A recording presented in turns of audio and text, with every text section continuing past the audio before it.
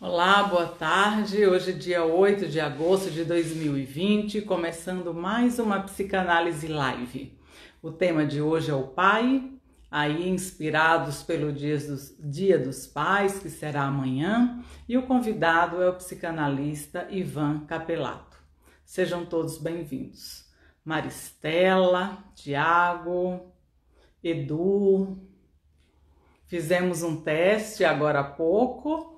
E então, agora vamos começar a live. Eunice, Cláudia, Elisa, Tecido em Movimento, Márcia, todos bem-vindos. Aqui é o nosso encontro já, né? Programa de sábado à tarde. Hoje vamos falar sobre o pai, um tema tão importante na psicanálise, embora se fale tanto mais da mãe no senso comum, né? A ligação da psicanálise ela é muito mais óbvia falando da mãe, no entanto, o pai tem a centralidade na formação do psiquismo. Arlene, Júlia, Judite, Eunice, Cláudia, Rosa, Maria Betânia Mendes, uma querida amiga, bem-vinda.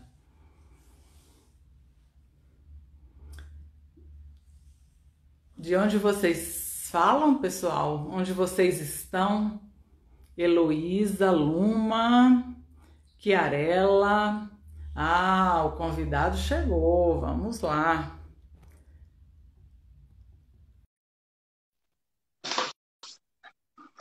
E o Ivan Capelato está entrando.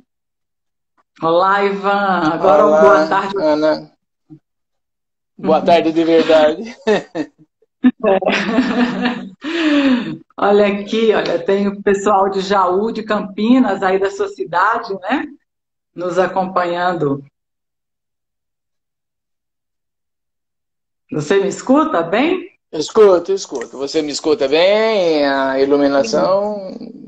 Tá ótimo, Então, tá perfeito. bom.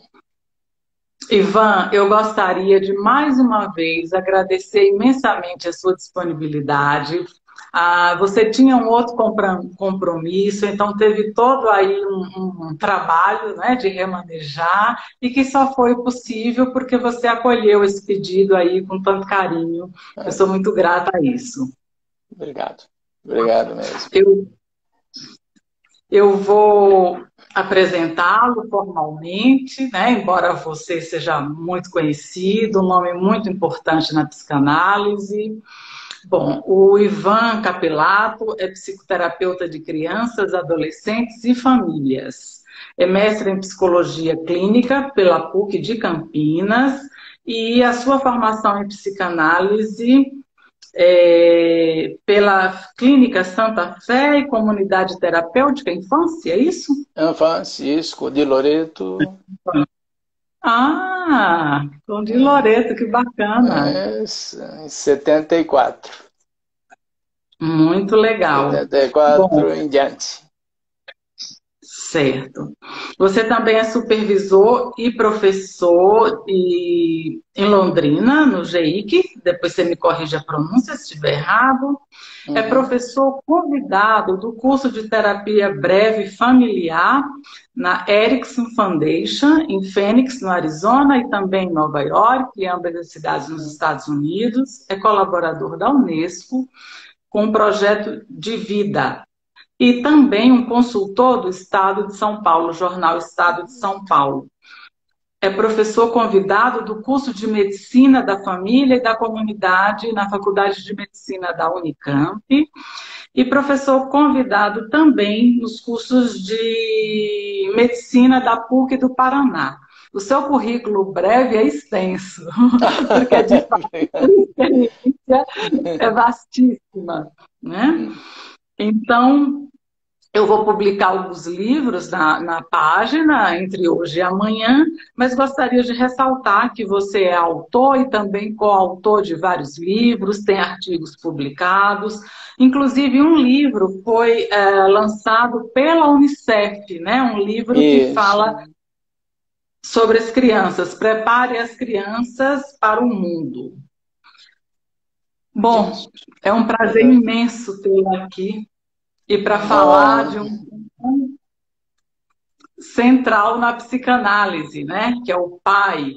Embora se fale muito da mãe, até as piadas, né? A culpa é da mãe e tal. uhum. No entanto, a centralidade do pai, do poder do pai para a formação do psiquismo é muito importante. E eu gostaria que você ficasse à vontade, pode iniciar do ponto que você entende importante. Ah, bom. Então, prazer em estar aqui nessa live e obrigado pelo convite, que me honra muito, viu?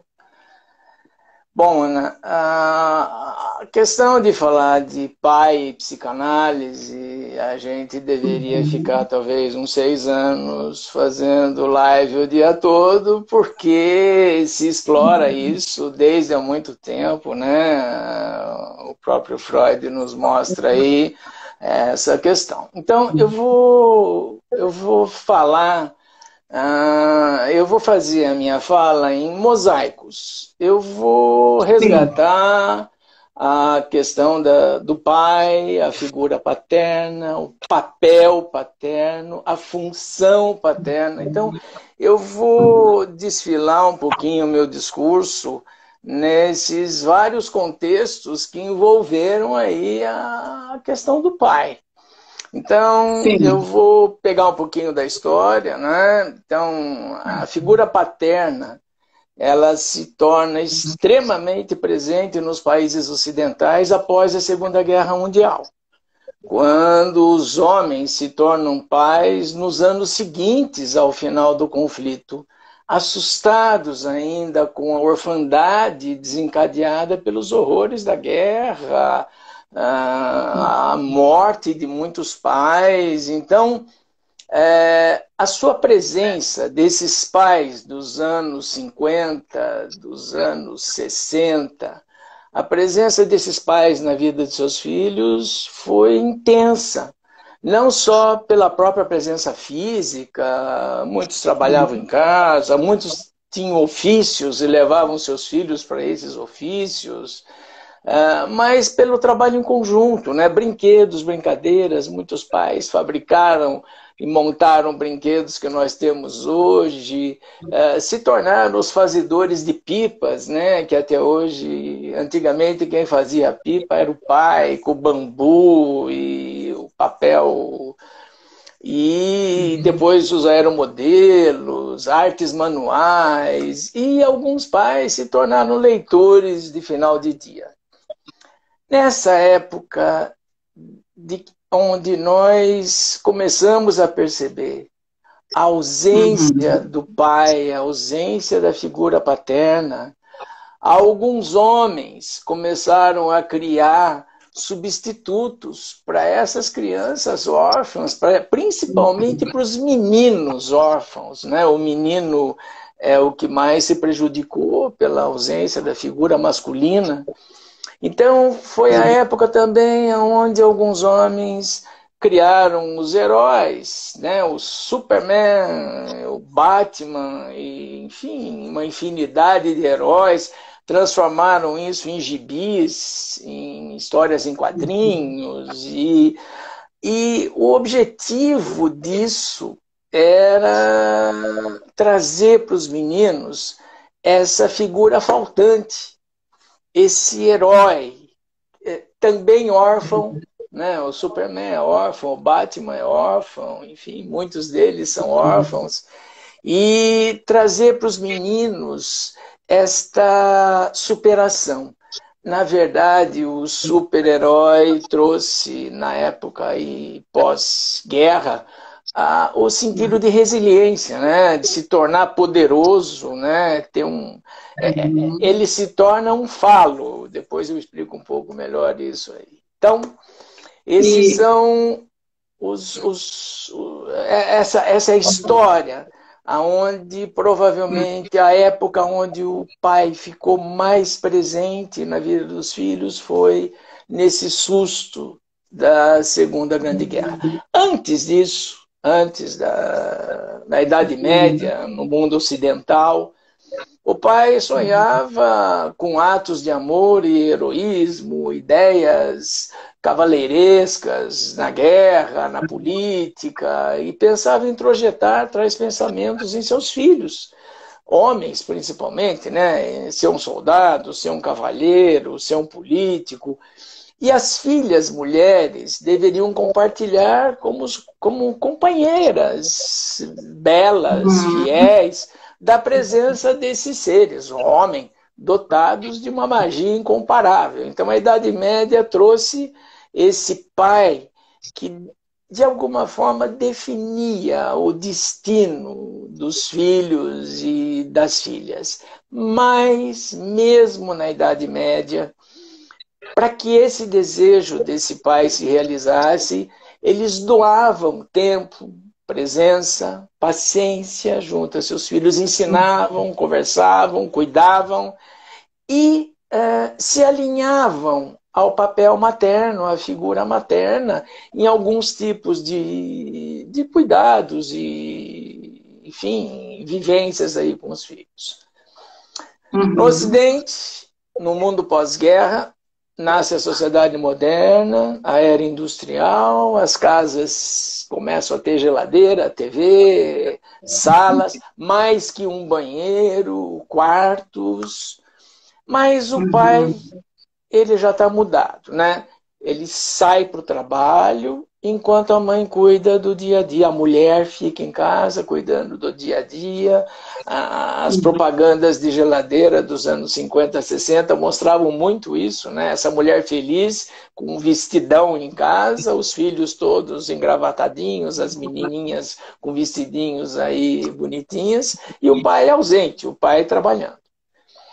Na sociedade pós-moderna, então, nós vamos pensar agora nos anos 70, a mulher, a mãe, começa a sua jornada de crescimento pessoal, começa a ter um lugar na sociedade forte, um lugar social, pessoal, se torna juíza, delegada, médica, enfim, e sai de casa também. Isso. E aí nós temos, na sociedade pós-moderna, a ausência de duas figuras cuidadoras aí, o pai e a mãe, e os filhos passam a ficar ou mais tempo na escola, ou terceirizados para parentes, babás, e pai e mãe começam a ter os mesmos papéis, começam a exercer as mesmas funções. No final do dia, o cuidado, né? Então, no final do dia, a preocupação com a escola, com o banho e tudo mais. No século XXI... Se me permite, nesse momento também da saída da mãe para o trabalho, ganha muita força os programas de TV, que foram até chamados de babás eletrônicas, né? Isso, e agora são os tablets, os celulares entregues às crianças cada vez mais cedo. Isso. Mas nessa época da sociedade pós-moderna, a TV ganhou mas a TV era delicada com as crianças, né? Quem se lembra um pouco da passagem da sociedade moderna para a pós-moderna, vai se lembrar, os mais velhos, como eu, havia algumas interferências benignas, como uma propaganda de cobertores Paraíba, já é hora de dormir, não espera a mamãe mandar. Então, assim, a TV, ela era uma babá eletrônica, mas ela era boazinha. Ela não corrompia aí a cabeça das crianças e dos adolescentes. A era pós-moderna, ela se fixa, tá aí a mulher saindo, aí o pai continua saindo, as crianças passam talvez a ficar um pouco mais de tempo na escola, algumas escolas têm período integral, as crianças menos favorecidas economicamente passam tempo na rua, nas ruas, e aí a gente começa a ter uma falência dessa estrutura familiar onde talvez o objetivo mais importante, o alvo mais importante era o cuidado com os filhos. Século XXI, na era contemporânea, nós nos assustamos com o início do século XXI. Então, a ideia de segurança, né, a queda das Torres Gêmeas, por exemplo, a ideia de segurança se desfaz, a necessidade de ter mais dinheiro para comprar mais coisas aparece, e aí se instala uma coisa complicada que Freud, em 1929, no Mal-Estar da Cultura, ele já havia nos dito, já havia previsto que isso iria acontecer. E aí a gente tem a sociedade do gozo, a sociedade em busca do prazer a qualquer custo, a qualquer preço, como Charles Melman fala, Gili Lipovetsky, um filósofo, fala da era do vazio, né? A gente começou a esvaziar um pouco o nosso sentimento de pertinência e nos enchemos de objetos, né? Então, a gente começou a ter muitas coisas, muitos objetos, e a colocar em cima dos nossos filhos isso também. E como aquela felicidade é um objeto que tem que ser esperado para ser atingido, nós começamos a tornar esta sociedade contemporânea fazer com que ela nos desse prazer imediatamente. Então, tudo é fast, tudo tem que ser agora. Começamos a nos conduzir dessa maneira, né? Vamos comprar, vamos fazer, vamos agora para a festa. Algumas mães saem do trabalho, vão para a academia e aí a gente começou a se confundir bastante com os nossos papéis, confundir nossos filhos com a ideia, o conceito de prazer no lugar de felicidade, como Freud havia nos avisado em 1929. E nesse instante de tempo, o pai, a figura paterna, a função paterna deixa de existir. E aí a gente tem o pai se afastando da família, procurando novas formas de amor e de prazer, vai trabalhar em outro país, se casa novamente, faz uma outra família, de uma forma narcísica. E às vezes o que a gente vê hoje na clínica é muito esses pais, eles voltam a ser filhos, deixam de ser essa figura necessária aí, que a gente já vai falar o porquê que ela é necessária. E assim, hoje, a família, o triângulo familiar, pai, mãe, filho, vão sofrer uma influência dessa descontinuidade social, perdendo a sua mais sagrada identidade, a função afetiva, né? Então, famílias aí aumentadas, né? A mãe se casa com outro, o pai se casa com outro, nascem os filhos, e aí a gente começa a não ter mais figuras representantes de afeto, de cuidado. Pai e mãe deixam a casa, se transformam em estranhos muitas vezes, num vai e vem frenético de academia, de festa, de trabalho e tudo mais. E aí a gente começa a ter alguns problemas que eu imagino que os psicanalistas hoje, que trabalham principalmente com adolescentes, sofrem bastante aí para poder trabalhar isso.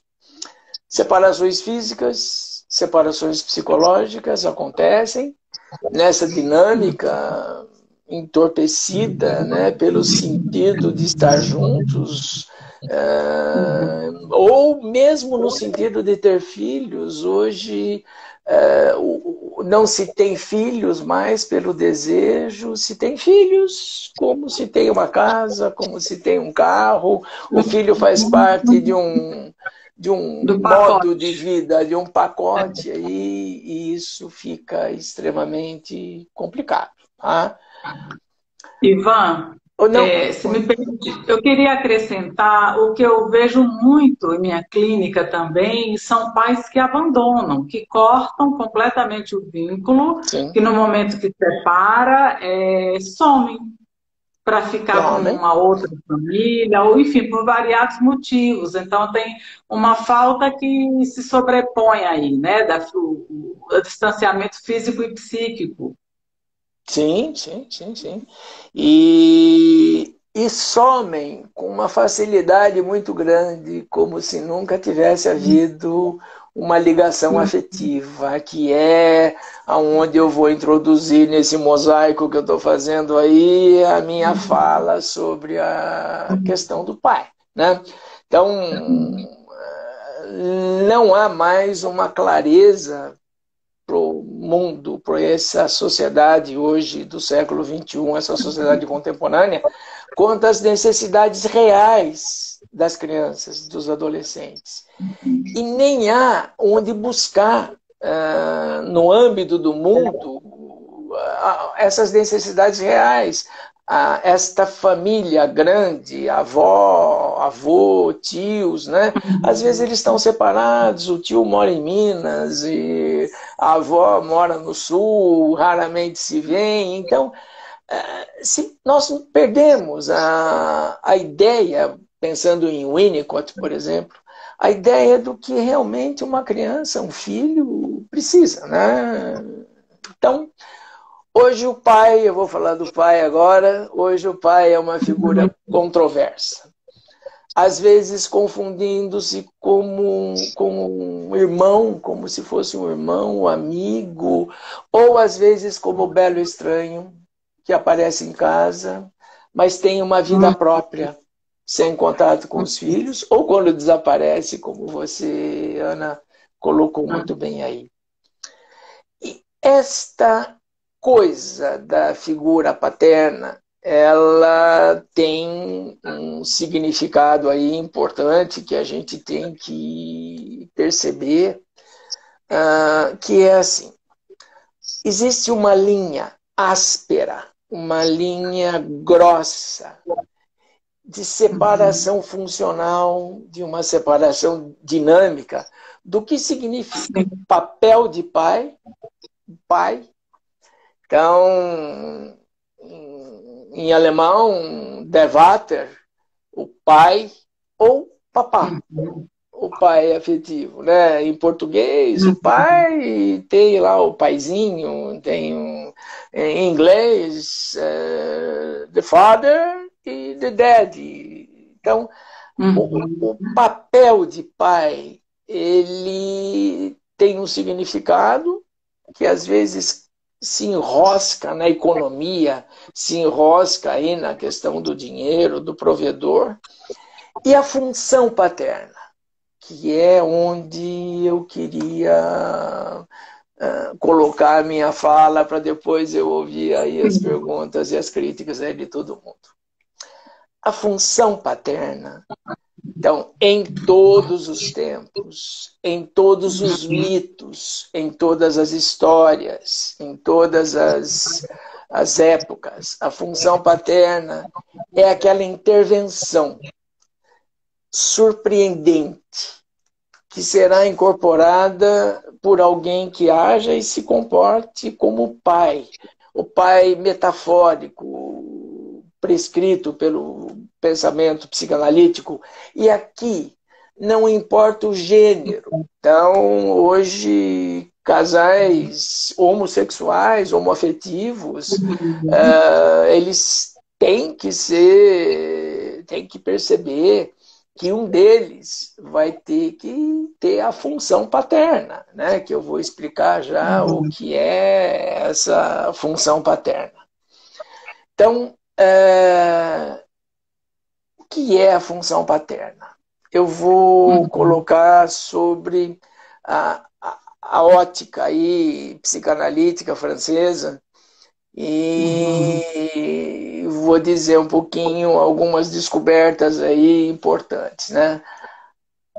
A função materna, ela é em todos os tempos uma função linear. O que é a função materna? A mãe é essa que dá à luz, vamos pensar em Winnicott, deveria ficar um ano aí cuidando do seu bebê amamentando e todo dia fazendo com que a rotina seja a mesma, né? A linearidade, quando a mãe é suficientemente boa, como diz o Winnicott, né? O que significa que a rotina de cuidados, os cuidados, trocar fralda, atender o choro, trazer ao colo, a comidinha, o banhinho, né? Essa é a função materna, que pode ser exercida por um homem, mas é a função materna, a linearidade. A função paterna, ela não pode ser linear.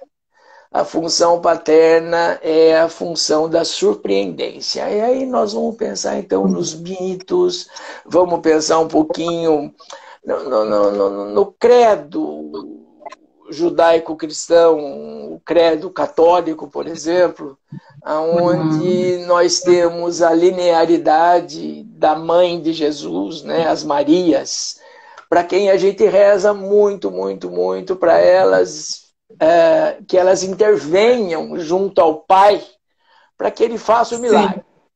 Então a gente reza todo dia, todo dia, todo dia, ela nos ouve todo dia, até o dia que o Pai resolve nos atender, fazer o milagre. Eu tenho uma cena muito bonita que ilustra isso, de uma menininha que foi minha cliente há muito tempo atrás, aonde ela me conta um pedaço da sua descoberta da função paterna em casa. Então, ela está com a mãe no andar de cima da casa, brigando, porque ela não quer tomar banho, e a mãe quer que ela tome banho, e uma gritando com a outra, as duas aí se debatendo, e o pai no andar de baixo com um jornal na mão. E aí o pai abaixa o jornal e grita assim: o que é que está acontecendo aí em cima? E aí as duas se entreolham e riem. E essa menininha vai para o banho. Então, assim, eu não sei se as pessoas conseguem perceber um pouco desse símbolo, mas essa é a função paterna. Esse ser poderoso, esse ser que é diferenciado da linearidade, da função materna, da figura feminina, e que intervém, que faz o limite. E que organiza, né, Ivan? Que organiza. Isso. Ele põe ordem naquela briga.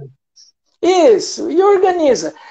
Vamos lembrar do Freud, né? Ele faz a interdição dessa bagunça que às vezes a linearidade provoca. Então, vamos pensar em alguns pais aí da idade, da era da pós-moderna, ou mesmo da era moderna, aquele pai que trabalha fora, a mãe está dentro de casa, tem lá 6 filhos, 5 filhos, aí a mãe olha para o relógio e fala: gente, agora acabou a bagunça, todo mundo quietinho, o papai vai chegar. Que é o monstro? Não, é o regulador dos limites. É aquele que se impõe pela presença, mas se impõe também pela surpreendência. Então, esse pai chega em casa, não quer briga, não quer grito, quer que todo mundo jante junto e tal. De repente, ele chega no outro dia com um pacote de balachita, não sei se todo mundo se lembra que existia uma balachita, e dá a balachita antes do jantar, contrariando a linearidade da mãe. Então, assim, o papel paterno é esse papel onde jamais pode haver uma linearidade, mas sempre tem que haver uma intervenção para que a linearidade não se confunda com a anarquia, que a linearidade não se confunda aí com mudanças de sentimento, como o velho Édipo aí do Freud, né? Que o filho não sinta que a mãe pertence a ele ou que ele é o dono da casa. Existe alguém que é surpreendente, que de repente chega em casa, senta com o filho no chão e conserta o brinquedinho dele que quebrou. Ou chega no outro dia e grita com o filho porque ele quebrou o brinquedinho. Então, essa, por mais estranha que seja a definição ou a dinâmica, essa é a função paterna. Aquele que, às vezes, desorganiza a linearidade, tipo, não, deixa ele jantar primeiro, depois ele toma banho lá, briga lá com a mãe, ou aquele que chega e diz, não, obedece sua mãe, vai tomar banho. Então, assim, é o surpreendente. Ele organiza, desorganizando às vezes, ele organiza a anarquia que a linearidade da vida tem. Hoje, infelizmente, as famílias estão anárquicas, né? As casas são anárquicas. Alguns filhos chamam a mãe pelo nome, nem toda casa tem o pai presente, tem essa figura organizadora presente. Nas famílias separadas, então, impossível esse pai exercer a função materna, principalmente se ele vê o filho no final de semana, no shopping ou em outro lugar. Por 2 horas, né? Isso. E também, se ele tem agora uma segunda família, ele tem que exercer essa função paterna lá na segunda família e, às vezes, ele perde a chance de incluir este filho do primeiro casamento nessa organização aí da sua vida, da sua, enfim, do crescimento aí, da organização da sua personalidade. Como é que se organiza a personalidade de uma criança através da função paterna?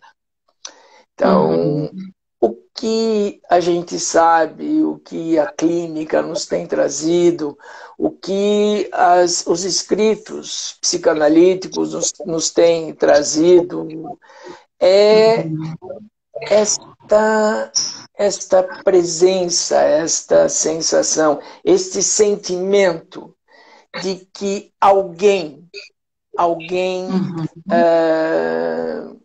a presença desse alguém faz com que eu não me perca no meu id, na minha anarquia interna. A função paterna, ela funciona como o superego. Às vezes, de uma maneira boa, vai tomar banho agora e vai chorar no banho e pronto, ou organiza de uma maneira inversa. Hoje você não precisa tomar banho, fica aqui com a gente, vamos terminar a brincadeira. Não tem importância como venha, o importante é que venha esta intervenção meio esquisita, que a fala, a postura e a atitude deste ser que exerce essa função exista. Eu vou lembrar a todos aí, 1909, Freud nos traz um caso peculiar, que é o caso do pequeno Hans Graf. O pequeno Hans Graf, esse caso foi publicado e Freud tinha tratado a mãe do pequeno Hans no passado, por isso a família o conhecia e gostava dele. E Freud é procurado pelo pai de Hans Graf, o seu Max Graf, dizendo que o filho estava passando por um problema sério, tinha fobia por cavalos, medo de sair de casa, medo que os cavalos o mordessem. E Freud, então, na sua sabedoria e também na sua inexperiência com crianças, Freud convida o Herr Max Graf, o pai de Hans, a ser o analista do filho, a intervir nessa neurose fóbica aí que o pequeno Hans tinha desenvolvido. E Freud se encontrava com o Sr. Max e orientando o senhor Max para ficar perto do filho e conversar com o filho num papel de analista, que é aquele que tem, Ana, a função paterna, é o surpreendente, né? O analista vive lá no setting dele uma linearidade. O setting analítico é materno, mas a figura do analista é paterna, né? É uma função paterna, ele é surpreendente. A interpretação é a surpreendência do nosso trabalho aí, né? Ela gera coisas. Então, Freud fica sabendo pelo Sr. Max que Hans tinha uma curiosidade sexual muito grande, chamava o seu pênis de faz xixi, viu o pênis do pai uma vez, e isso tudo o Hans conta para o pai. Ele viu o pênis do pai, que era maior que o dele, ficou preocupado com isso. Aí a gente pode fazer mil interpretações aí, mas de repente ele está na janela da sua casa e uma carruagem com 2 cavalos se acidenta, os cavalos caem no chão e ele vê o pênis do cavalo, que é maior do que o pênis do pai, né? Então tem uma tríade de pênis aí que fez com que esse menino... Oi? O que era ruim ficou pior, ele fica menor. O que era ruim ficou pior. E aí ele transfere aí para o cavalo essa ideia de que tem alguém que tem mais poder que ele. E aí a gente vai ver esta comunhão entre o pênis, né, e o poder, o falo, que eu vou falar daqui a pouquinho. E o pai de Max tem um sucesso muito grande nesta análise guiada por Freud, aonde ele restaura a função paterna. Ele restaura a função paterna, mostrando que, surpreendendo aí o seu pequeno filho com limites, cuidados, e algumas vezes até trazendo traços de linearidade, principalmente porque ele começou a cuidar de algumas coisas aí em relação ao filho. Houve uma hipótese de que a babá pudesse ter feito alguma coisa com o filho, mas isso eu acho que eu não... Freud vai conversar com o pequeno Hans 15 anos depois, curado e tudo bem. Eu estou contando esse caso, que é talvez surpreendente, o caso de Freud colocar na figura de um pai a função de psicanalista e restaurar a função paterna. Quer dizer, o que é restaurar a função paterna? O poder da função paterna é não deixar que a linearidade tire ou faça uma anarquia com os sentidos, né? Então a função paterna é essa que coloca em cima do ego um superego lábio mais eficiente, um superego estranho mais eficiente.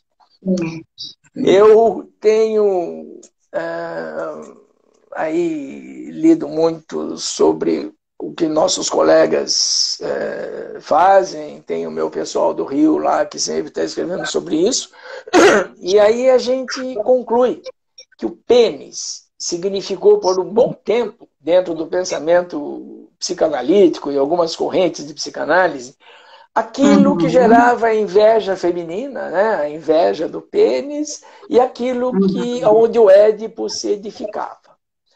Graças ao progresso que nós tivemos aí nessa ciência maravilhosa que a gente compartilha, a releitura de Freud, organizado por Jacques Lacan e outros psicanalistas, o pênis ganhou um significado mais extenso em sua qualidade, que foi o conceito de falo, o conceito de poder, não de órgão, não de membro, né?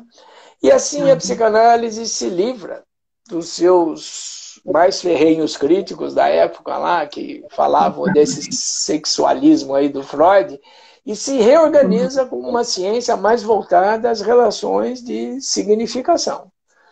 Então, assim, hoje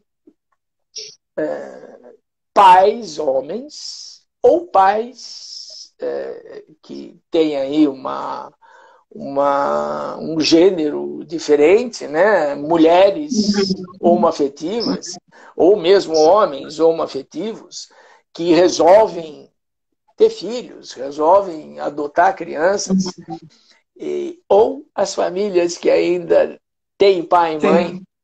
Então, estas pessoas têm que precisar a ideia de que a nossa personalidade da infância ela vai se organizar e depois vai eclodir na adolescência com esse critério aonde o nosso mais pesado instinto, nosso id, nossa coisa mais terrível, animal, o nosso ego, né? O que é o nosso ego? O ego é o corpo.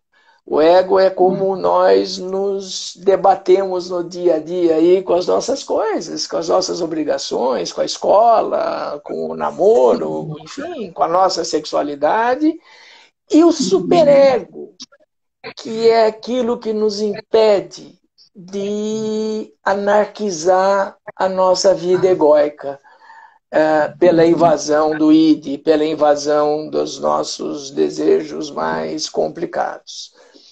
Então, como se dá a função paterna? A função paterna, ela tem que ser prescrita, né? Então, como eu oriento casais homoafetivos, casais heterossexuais, e que um deles vai ter que, não importa se trabalha, se está fora, um deles, quando tiver em contato com os filhos, vai ter que ser esse ser que vai fazer com que os cuidados do dia a dia se resolvam, né? Alimentação, higiene, escola.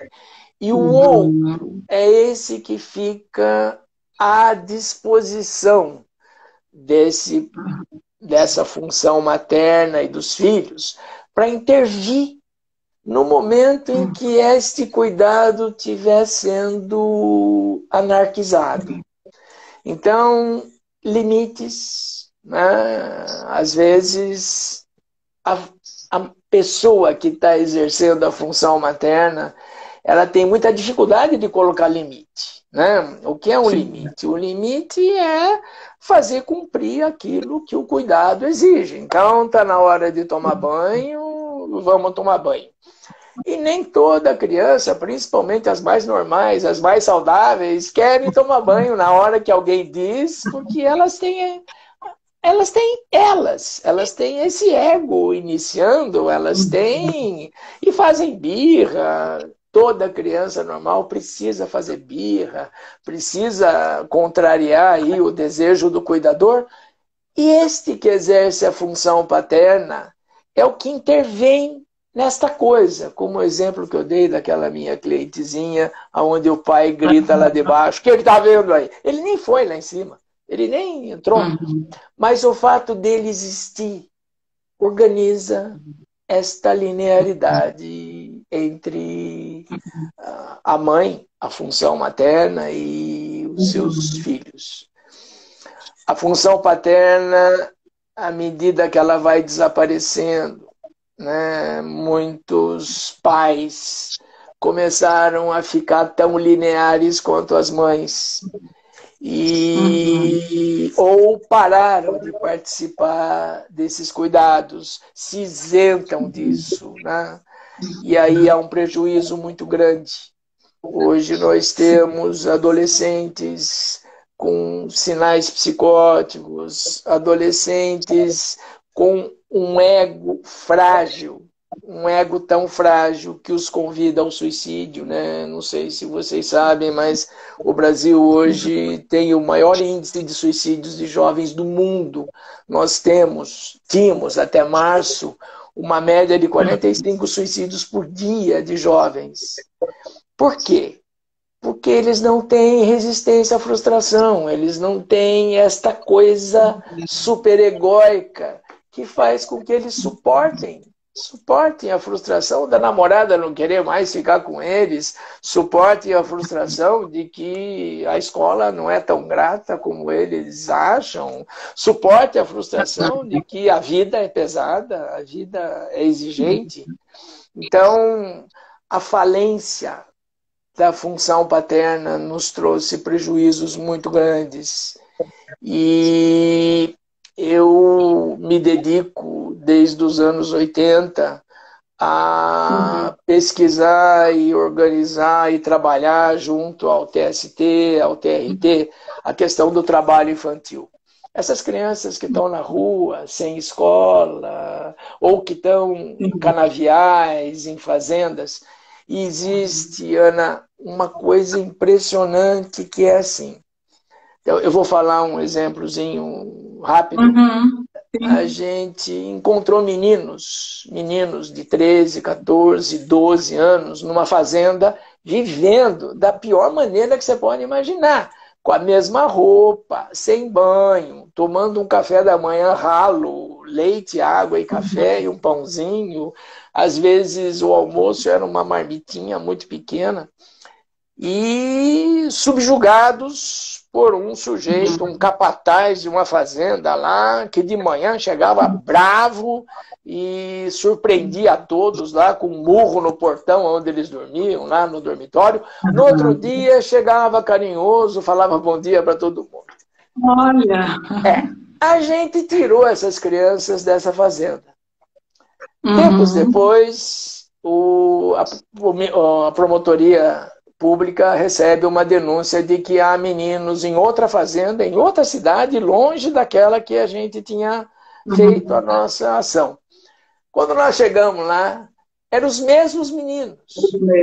Imagina. E aí, conversa atrás deste ser.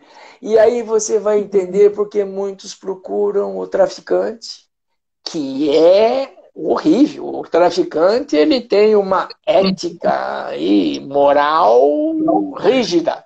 Então, quem for trabalhar para ele, se fizer alguma coisa errada, ele mata.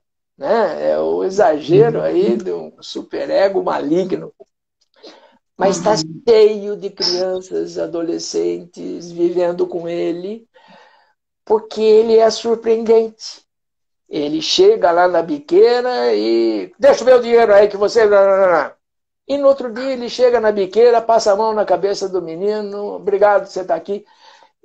Essas coisas eu ouço. Então, olha que coisa incrível. Esta é uma função paterna, né? A surpreendência que todos nós procuramos, às vezes nos enfiando em problemas terríveis aí, às vezes nos enfiando em droga, às vezes bebendo mais do que o necessário, esperando esta figura que às vezes está lá dentro de casa, chegar, nos buscar e levar para casa e colocar um não quero mais que você beba. Então, às vezes, aquele menino que vai para a festa, chega bêbado em casa, não encontra este pai ou esta pessoa com uma função paterna. Encontra uma pessoa chorando. O pai chora no quarto, a mãe chora no outro, e olha o que você está fazendo com a gente. Então, assim, a perda gradativa nessas eras aí mais recentes, a perda gradativa da função paterna desconstruiu uma personalidade rígida nos nossos meninos, nas nossas meninas. Então, restabelecer isso agora, nós, nos nossos consultórios, às vezes esse é o papel que a gente tem até com o adulto, né? De estabelecer um pouco dessa função que organiza esse inconsciente e às vezes organiza também a relação egóica, a relação com a vida. Sim. E ao organizar, Sim, maravilhosa a sua explanação, Ivan. Como sempre, aliás, né? Obrigado. Ao organizar as pulsões, ele dá uma direção também, Sim, né? Essa sim, pessoa se sente também contida, acolhida. sim. Tanto é que quando Acolhida, não tem, vai atrás, né? vai atrás, Das, vai das atrás, formas vai mais atrás. tortas, às vezes. Às vezes vai atrás, mas às vezes fica impossibilitado de ir atrás e aí começa a receber esses apelos ruins da nossa vida, né? A gente vive, Uhum. nem sempre a namoradinha vai querer ficar com o menininho ou o menininho vai ficar com a namoradinha. Nem sempre a gente tem aí a estrutura suficiente para suportar luto, para suportar separação, perda. E se não houver essa figura que organiza um pouco esse tripé no qual a gente vive com o nosso psiquismo, aí vamos lembrar de 1920, o Mais Além do Princípio do Prazer, Freud descobre a pulsão de morte.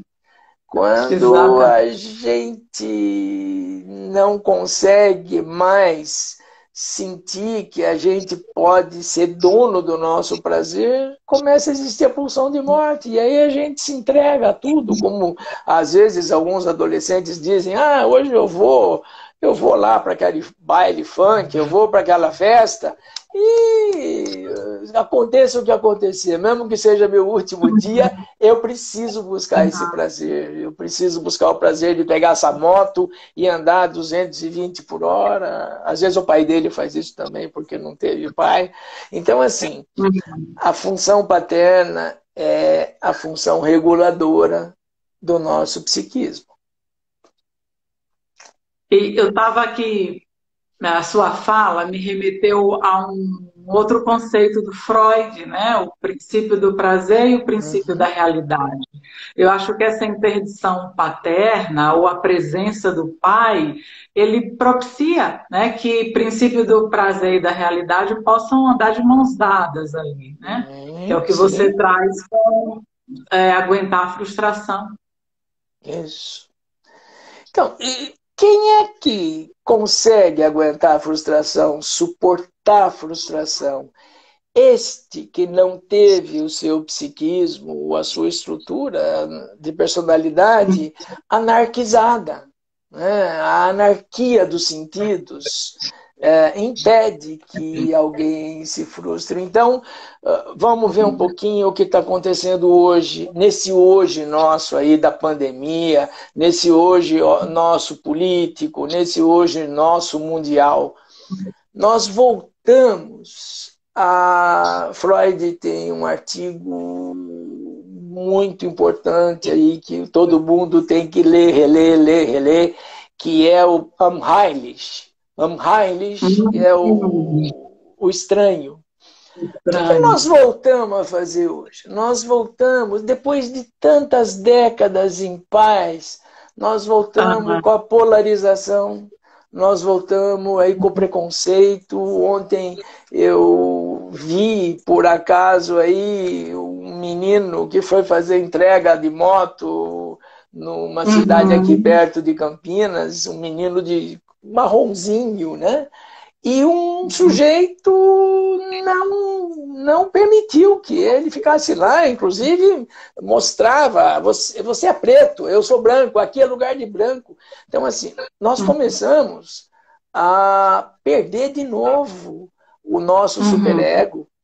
E aí, quem não tem superego vai começar a temer qualquer coisa que não seja parte do seu ego. Então, começou briga de torcida, vamos matar o negro, vamos matar o homossexual, vamos fazer bullying. Nós voltamos a uma selvageria aí por medo. Né? O preconceito é medo, o bullying é medo. E hoje o bullying está aí destacado responsável, às vezes, por alguns suicídios, por algumas situações ruins. Então, a perda do pai, função paterna, a perda do pai, ela está tendo um preço muito sério, Sim. muito forte. Sim. Eu tenho ido, agora não mais por causa da pandemia, Ana, mas eu ia a escolas falar para professores e professoras, professores e professoras, sobre a função paterna deles. E eu sempre brinco, quando eu vou às escolas, né, eu sempre brinco que para eles prestarem atenção naqueles alunos, não importa de 5, 15 ou 25, né? Aqueles alunos que têm uma conduta meio com uma animosidade com eles. E eu sempre explico, isso é um pedido. Isso não é uma agressão, isso é um pedido. Esse sujeito te escolheu para que você tenha uma função paterna. Vá até ele, põe a mão nele, ouça o que ele tem a dizer. E aí, algumas escolas que eu fui consultor, alguns professores se dispuseram a fazer isso, e o resultado, Ana, é impressionante, né? A ponto assim de um professor, no final da aula, dispensar a classe. Gente, todo mundo para fora, mas você fica. Vem aqui. O que é que está acontecendo com você? E no dia seguinte, esse aluno foi sentar na primeira carteira, cabelo penteado, levou a apostila, e aí essa mágica, é mágica. Da mesma maneira que o menino que vai buscar, ou as meninas que vão buscar na cafetina, alguém que tem essa função paterna. Protegê-la, botar regra, organizá-la. Isso. Você sabe, a minha mãe é professora aposentada, professora dos pequenos, né? E ela tem o maior orgulho, ela conta narcisicamente que ela teve classes que eram os garotos temidos da escola, terríveis, e que ela, sim, botava regras e tal, mas falava, olha, você precisa me ajudar a carregar, esses livros estão muito pesados para mim, mas você dá conta. E aí envolvia, e aí eles começavam a disputar quem ia pagar o quadro, quem ia fazer não sei o quê, enfim, se encontravam ali na escola. Em 77, ou talvez um pouco menos, eu fiz um projeto aqui em Campinas, chamava ProJovem, que eu fiz um projeto nas escolas estaduais para fazer com que os alunos se interessassem por cursos técnicos, porque muita gente estava abandonando, saindo da escola por não ter condição de ir para uma universidade, né? E no meio dessa história, a gente resolveu trazer o pessoal da FEBEM. Naquela época, nós tínhamos a FEBEM. Sim. À noite, dentro das classes de um colégio estadual aqui em Campinas, e convidamos pessoas voluntárias. Uma das nossas voluntárias era uma senhorinha obesa, já com muita idade, aposentada, e ela resolveu ir ensinar, alfabetizar os que precisavam, e a gente colocar a questão de eles poderem pensar, a hora que terminasse a pena, de fazer o colégio técnico. E na classe dessa senhorinha tinha um menino horrível, um psicopata 4 cruzes, desse que já tinha ferido gente e tal. E ela entrou na sala, ele já pôs um apelido nela, porque ela era gorda, baixinha e velhinha, né? Ele já pôs um apelido nela. E essa mulher, numa noite, ela foi até a carteira dele, pegou a carteira dele, com ele sentado, arrastou até a mesa dela, colocou ele do lado dela, deu uma caneta para ele, deu um pedaço de papel para ele e continuou dando aula. No dia seguinte, quando ela chegou Ivan, na nós sala... temos 25 segundos, desculpa, nós temos 25 segundos. A gente dá tchau ou a gente volta para só terminar. No dia seguinte, ele colocou, ela chegou, ele estava com a carteira do lado da mesa dela. Então, assim, a função paterna é a resposta que nós temos para a gente poder refazer a vida. Exato. Bela mensagem.